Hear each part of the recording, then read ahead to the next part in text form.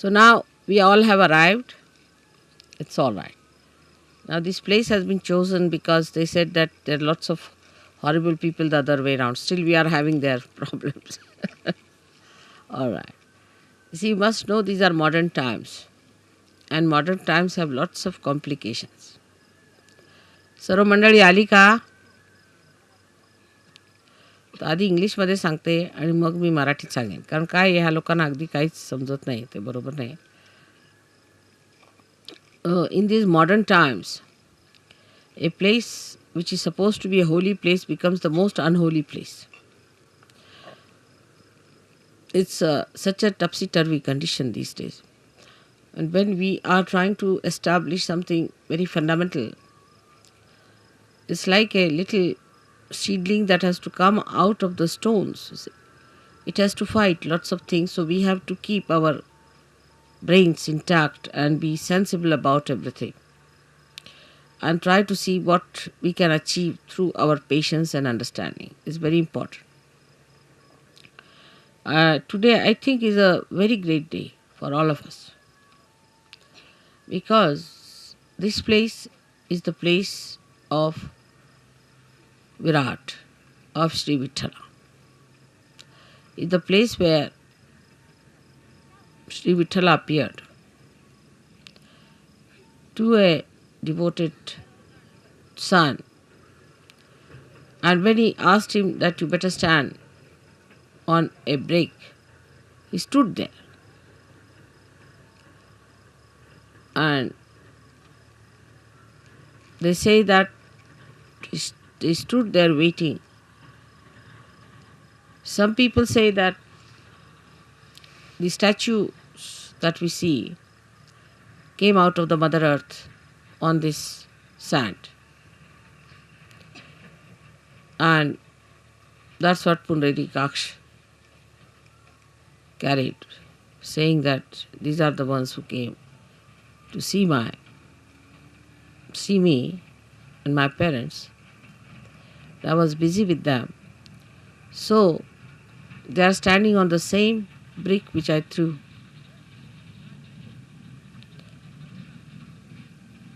Now the whole story has to be taken in a very sensible way with a common sense in it. That God Himself is capable of all kinds of miracles. We who are created by God are doing some things which look miraculous. Say if you take about 100-year-old situation of this world, we can say that today we are seeing many things which could be miraculous.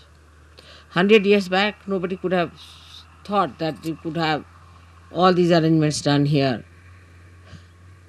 in such a far-fetched places. But all these miracles come from the power of God. So, we are the creator of that wee bit, very wee bit of that miracle. So, all the miracles of God cannot be explained and should not be explained. They are beyond our minds. And to make people feel the presence of God, God can do anything. He can move into all the 3 dimensions and also in the 4th dimension. He can do whatever He feels like. That's what you have seen now in your every day-to-day life. How many miracles take place to all of you. And you can't understand how it works out. Even it works out on things which are not living. And people are quite amazed how these things happen. So we have to believe now, after seeing all this ourselves, that He is God. And He can do anything that He feels like. And we are nothing. We are nothing. There should be no rationality about it, of understanding God's miracles. How can it be? How could it be? You can't explain. Only when you achieve that state of mind where you believe through your experiences that God is all powerful.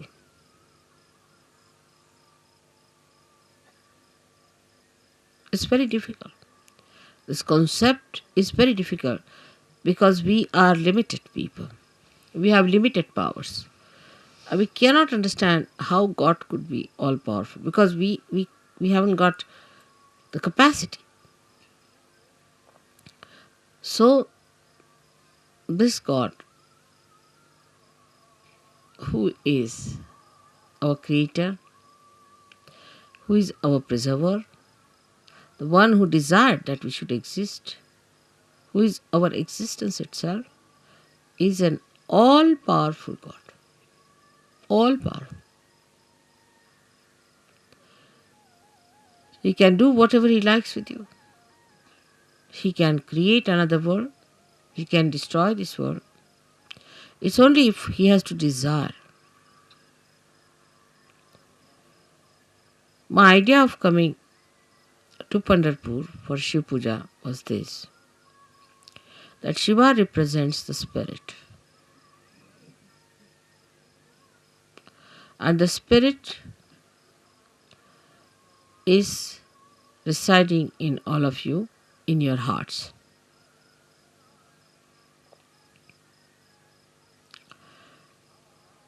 The seat of Sadashiva is on top of your head, but is reflected in your heart. Now your brain is the Vittala.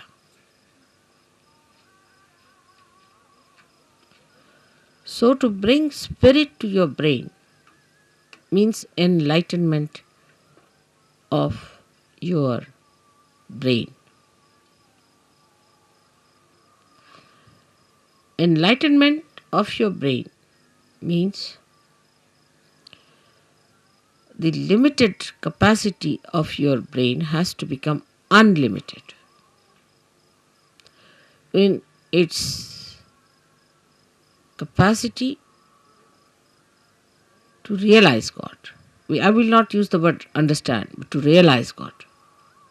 How powerful He is, how miraculous He is, how great He is. The another is that the brain of man can create, of course, out of the dead. But when the spirit comes into brain,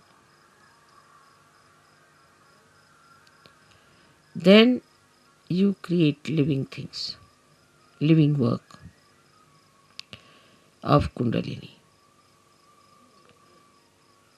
Even the dead start behaving like living because you touch the spirit in the dead. Like the nucleus inside every atom or a molecule has the spirit of that molecule. And if you become your spirit, we can say the brain of a molecule or an atom is like the nucleus, body of the nucleus. But the one that controls the nucleus is the spirit that resides within the nucleus. So now you have got the attention or the body, the whole body of the atom, then the nucleus, and inside the nucleus is the spirit. In the same way, we have this body, the attention of the body. And then we have the we have the nucleus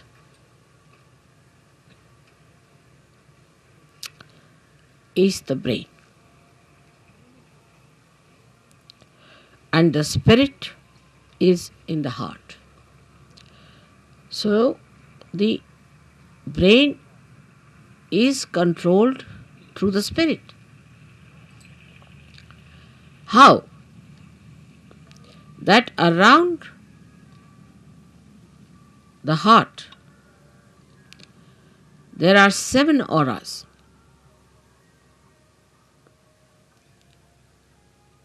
which can be multiplied into any number. 7 raised to power 1600,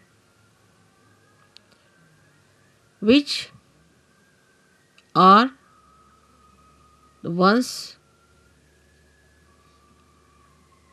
which watch the 7 chakras raised to power 16,000, sorry. Now this spirit is watching through this aura. Watching, I am again saying watching.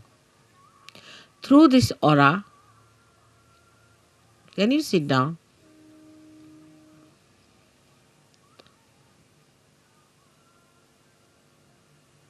Can you sit down? I think would be better. There's no need to bother once you have put it up.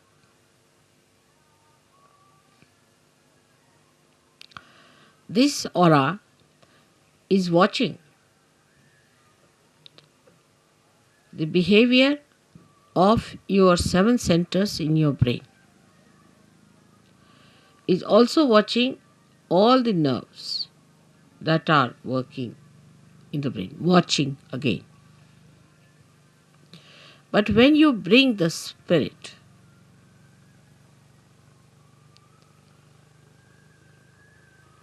into your brain, then you go 2 steps ahead.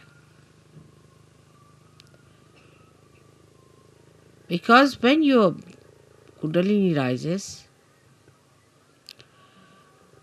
she touches the Sadashiva, and Sadashiva informs the spirit. Informs in the sense reflects in the spirit. So that's the first state where the watching auras start communicating to your different chakras in the brain and integrating it. But when you bring your spirit to your brain, this is the second state. Then you really become self-realized in the full way. In the full way. Because then yourself, that is the spirit, becomes your brain. Action is very dynamic. It opens then the 5th dimension in the human being. First, when you become realized, collectively conscious, and start raising the Kundalini, you cross the 4th dimension. But when your spirit comes into your brain, then you become the 5th dimension, means you become the doer.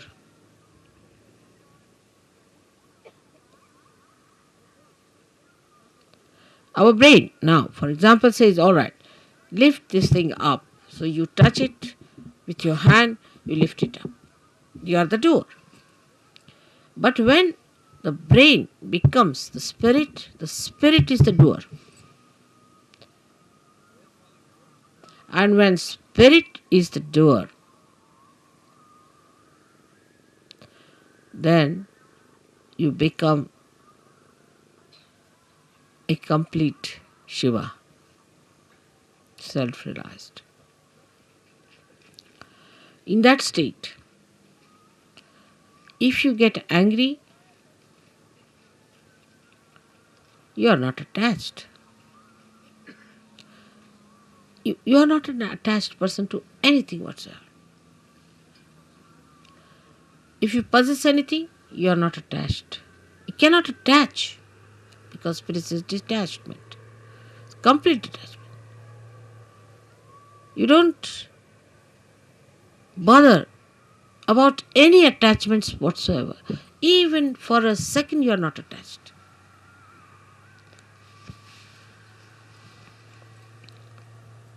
Now, I would say to understand the detachment of spirit, we should study ourselves very well, clearly. How are we attached? We are attached, firstly, by our brain, mostly by our brain, because all our conditionings are in our brain and all our ego is also in our brain.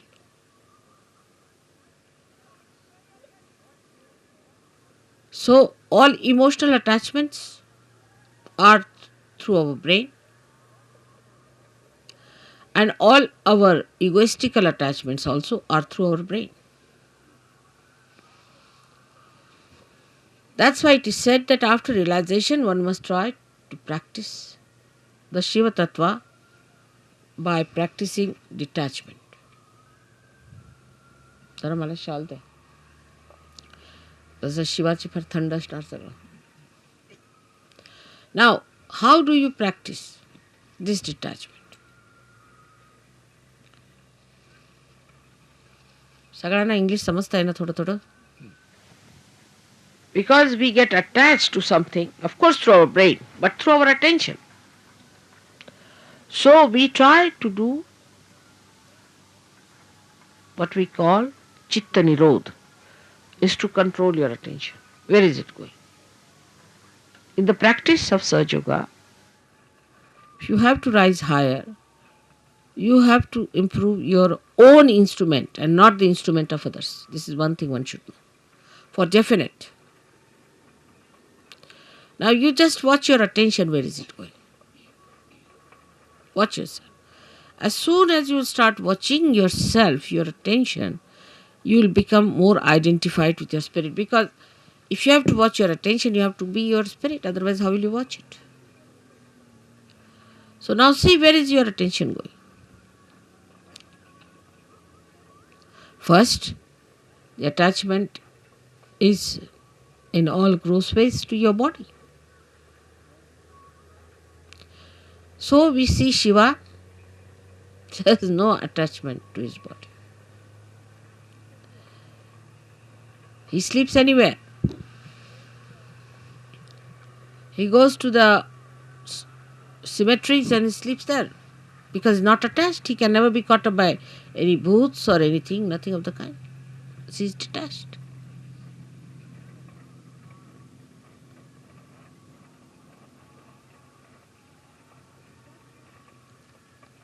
The detachment is to be watched and seen through your own attachments.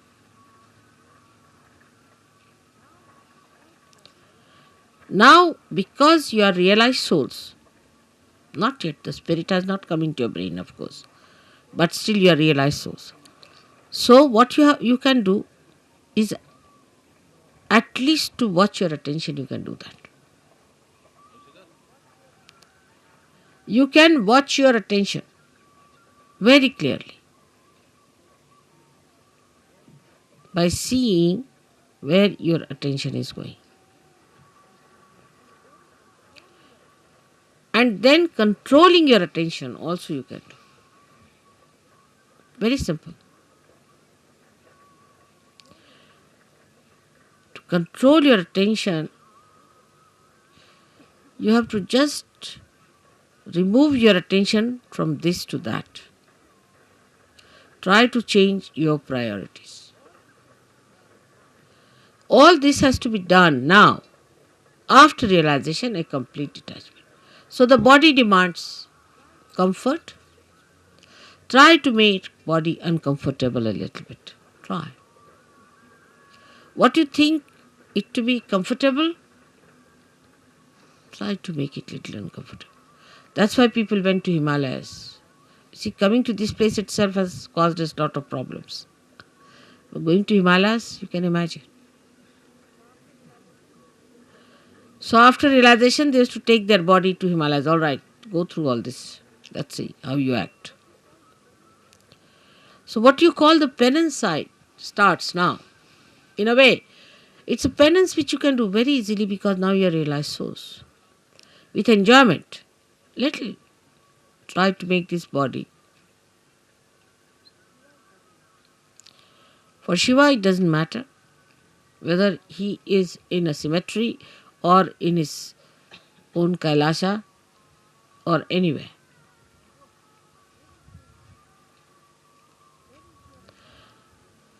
Where is your attention is, you see. That your human attention is hopelessly bad. Very entangled nonsense it is.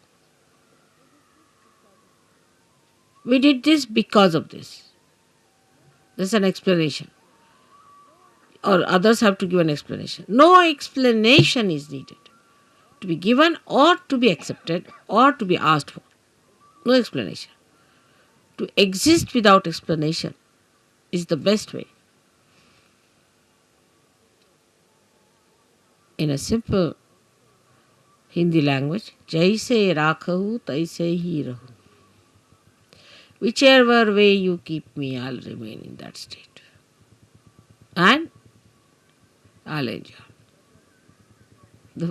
Further in this poem, Kabira says, if you make me go on an elephant, means the royal conveyance, I'll go. If you make me walk, I'll walk. Jaise rakhahu taise hi rahu. So no reaction on that point. No reaction. First no explanation, no reaction.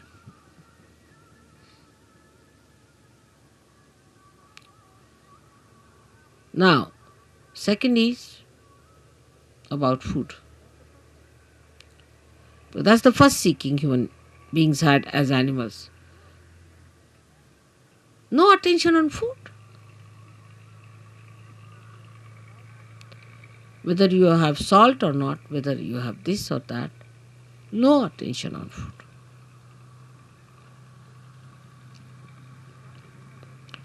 Actually, you should not remember what you ate this morning. But we think as to what we are going to eat tomorrow. We consume food not for running this body, but for sort of a more satisfaction of tongue pleasures.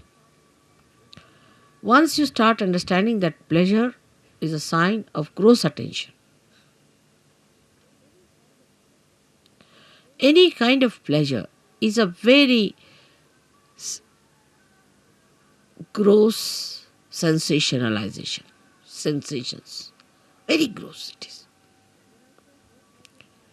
But when I say no pleasures means doesn't mean that you should become serious people and people of sort of as if somebody is dead in your family. But you should be like Shiva. So detached. She came on a bull which was running very fast to get married. He was sitting on a bull with 2 feet like this, you see. And the bull is running fast and he's holding the bull. The feet like this.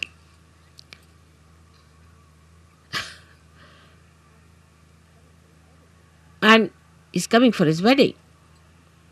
And with him are coming people with one eye, without noses, all kinds of funny people coming with him. And his wife feeling quite embarrassed at the nonsensical things people are talking about Shiva. He's not bothered. What's his reputation would be, this thing. But that doesn't mean that you become hippies. You see, this the problem is that once you start thinking like that, you become hippies. Many people believe that if you try to behave like Shiva, you become Shiva. Many believe that way. That if you take ganja, you become Shiva, because Shiva used to take ganja, because was consuming all that to finish off from this world. For what does it matter whether it's a ganja or anything? Give him anything, he'll never get drunk. No question. He's consuming all that. Or they think if they live like Shiva, the way he was detached about things, least bothered about his appearances. What appearance Shiva needs is that whatever he appears as is beauty. He doesn't need anything to be done.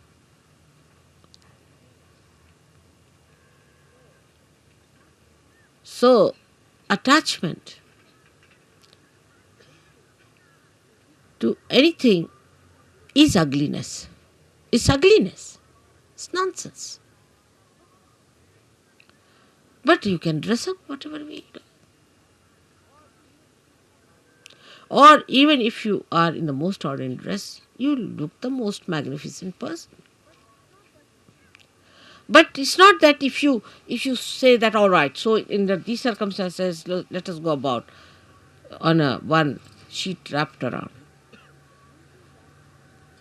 The beauty that has evolved within you through spirit gives you that power that you can wear whatever you feel like. Makes no difference to your beauty. Your beauty is there all the time. But have you achieved that state? And that state only you achieve when your spirit enters into your brain. With ego-oriented people is more difficult. And that's why they cannot enjoy things. At the slightest pretext, they topple down. And spirit, which is the source of joy, just doesn't come. Doesn't show. The joy is beauty. The joy itself is beauty. But that is a state one has to achieve. Attachments come by various methods. If you go a little ahead with it, then you have attachments of your family. What will happen to my child? What will happen to my husband? What will happen to my mother, to my wife? This, that nonsense. Who is your father and who is your mother? Who is your husband and who is your wife? For Shiva, he doesn't know all these things. To him, he and his power are inseparable things. So he stands as singular personality. There's no duality. When there is duality, then only say, my wife. You can't say, my nose, my ears, my hands, my. Go deep down. Till you say my, there is some duality.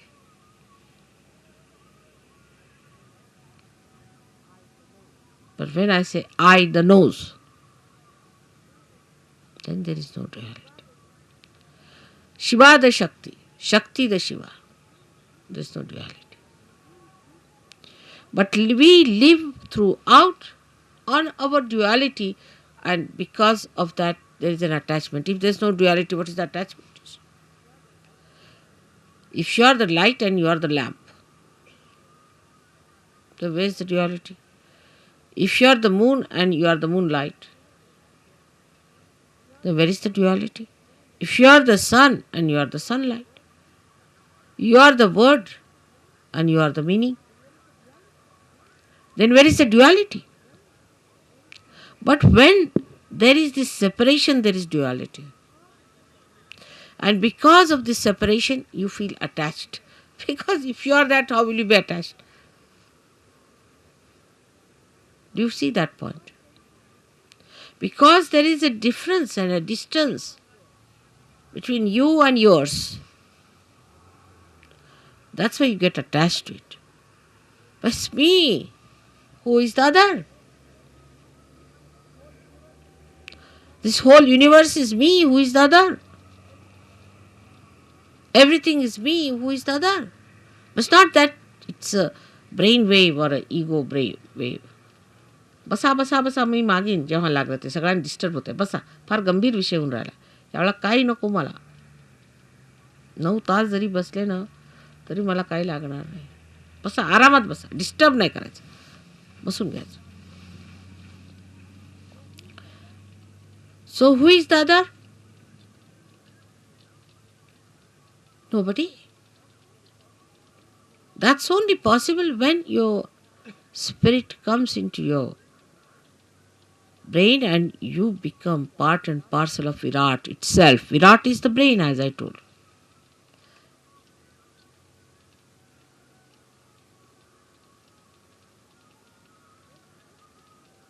Then everything that you do, when you show your temper, when you show your affection, when you show your compassion, anything, is the spirit that is expressing. Because brain has lost its identity, the so-called limited brain. It has become the unlimited spirit. I do not know. I really do not know how to give an analogy to a thing like that. But what we can do is to understand it.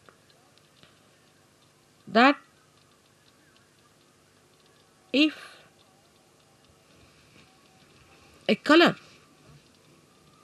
is dropped in the ocean,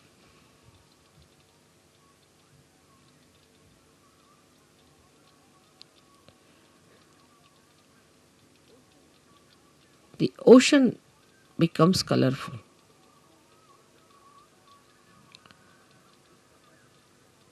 Is not possible.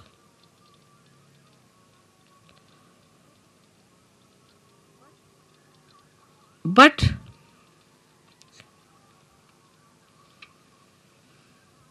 rather, try to understand. If a little color, limited color, is dropped into the ocean, the color loses its identity completely. Think of the other way around. If the ocean is colored and is poured into atmosphere or onto any part, any little wee bit, or onto any spot, onto any atom or anything, it all becomes colorful. So the spirit is like the ocean which has the light in it. And when this ocean pours into the little cup of your brain, the cup loses its identity and everything becomes spiritual. Everything. You can make everything spiritual. Everything. You touch anything is spiritual. The sand becomes spiritual. The land becomes spiritual. Atmosphere becomes spiritual. Celestial bodies become spiritual. Everything becomes spiritual. So is the ocean that is the spirit, while your brain is limited. So the detachment from your limited brain has to be brought in. All limitations of brain should be broken so that when this ocean fills that brain, it should break that little cup. And every bit of that cup should become colorful. The whole atmosphere, everything, whatever you locate should be colorful. Color of the spirit. is the light of the Spirit. And this light of the Spirit acts, works, thinks, coordinates, does everything. This is the reason today I decided to bring Shiva Tattva to the brain. The first procedure is to take your brain towards the Shiva Tattva by telling it, see, where are you going, Mr. Brain? You're putting attention to this, you're putting attention to that. Getting involved now, detach. Become the brain yourself, only the brain. Detach.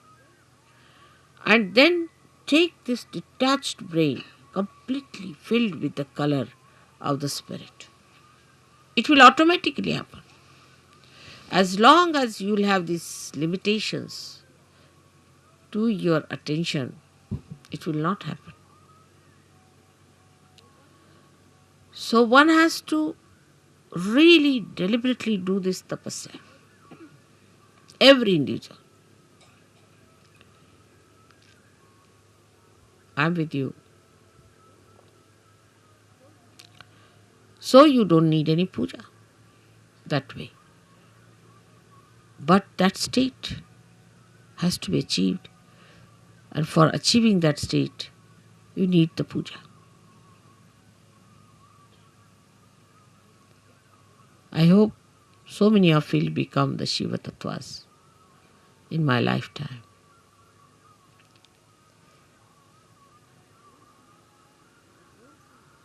But don't think I'm asking you to suffer. There is no suffering in this kind of an ascent. If you understand that this is the complete joy state, that is the time when you become Nirananda. That's the joy named in the Sastrara. The name of the joy is Nirananda, and you know your mother's name is Nira. So you become Nirananda.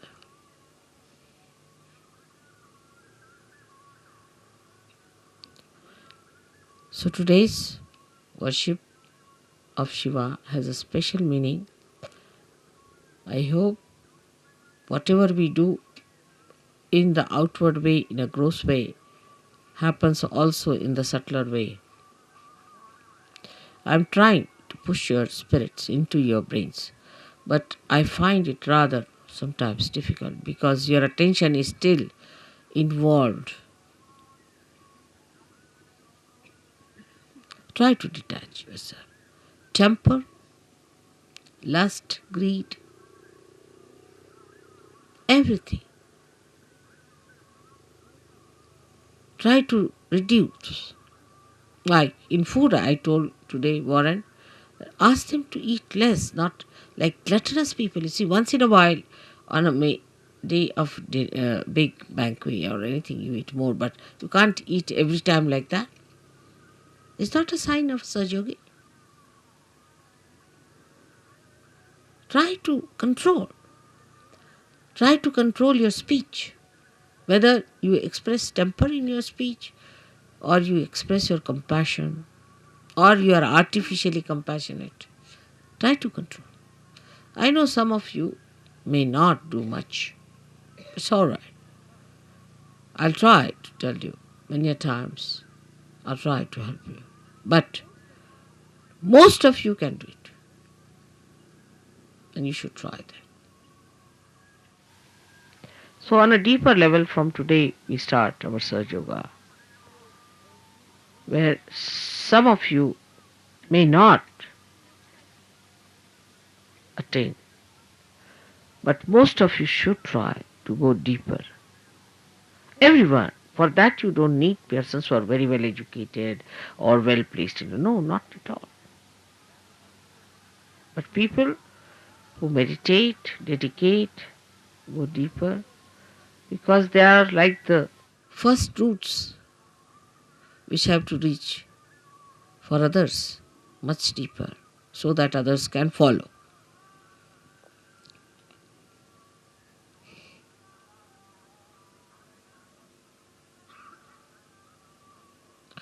Now for today's puja, we'll have a very short Ganesh Atharvashesh. Just a not washing my feet or anything much on it. But it's a saying of Atharvashirsha. And you can put म्हणजे शिवपूजेला पाय वगैरे धुवायची काही गरज नाही, कारण ते शुद्धच आहे. Shiva is all the time clean, pure, immaculate. So what are you going to wash the immaculate? One may say that, Mother, when you wash your feet, we get your vibrations in the water, but so detached that there's no need to wash at a state where you get completely washed, completely cleaned out.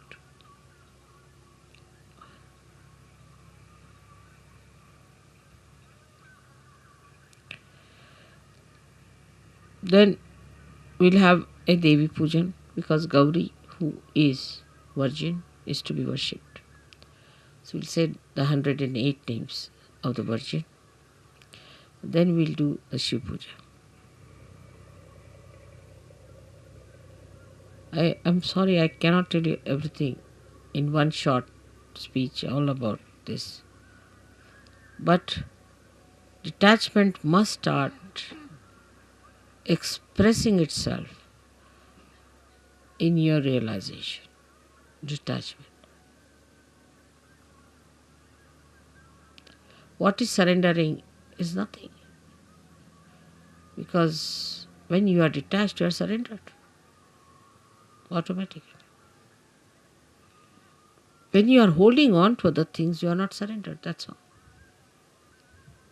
What is there to surrender me? I am such a detached person, I don't understand all that. What am I to get out of you? I am so detached. Nothing.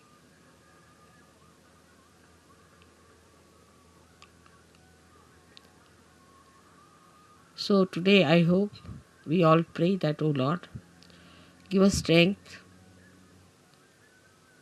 and that source of attraction by which we give up all other attractions of all the pleasures of joy, of ego, of everything that we think of. But we should fall into the pure joy form of the Shiva Tattva. Absolutely. I hope I've been able to explain to you why I am here today and why today is a very big day. You all who are here are especially very lucky people who should think that God has been kind to you, that He has chosen you today to be here to listen to this.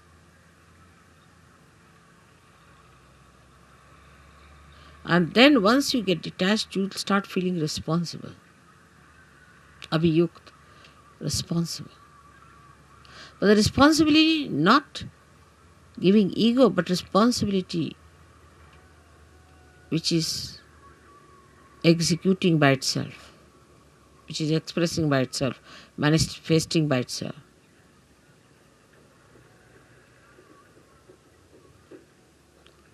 May God bless you.